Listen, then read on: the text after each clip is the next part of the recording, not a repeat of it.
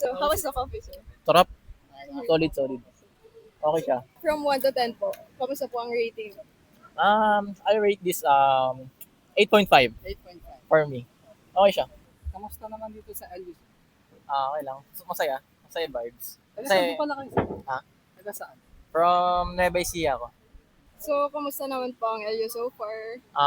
This is my second time na eh. So far, nabalikan na yung vibes. Maganda. Nagko-content din po kayo, sir. Yeah. We're actually doing content today. Lagi niyo po yung TikTok niyo, sir. Ano yun? Sa socials, sa Facebook, Hideout Community sa Facebook page. And sa TikTok, follow me, Trader Kaizen or Kaizen. Search nyo lang doon. Doing ako contents all about trading. So, yun lang. So, ano naman po so far yung mga kinakontent? Basically, all about money, how to grow money, and some stuff. Basta money related. Nag-enjoy naman po kayo sa ginagawa.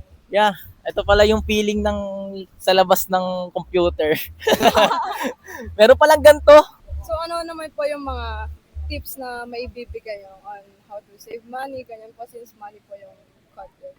And when it comes to savings, huwag kang magsisave na sa isang basket lang. Kailangan marami.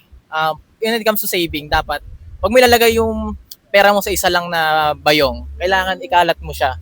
So far, dapat yung mga pagsisave mo is makaka-help din sa'yo in the near future. So, wag lang basta gasta ng gasta.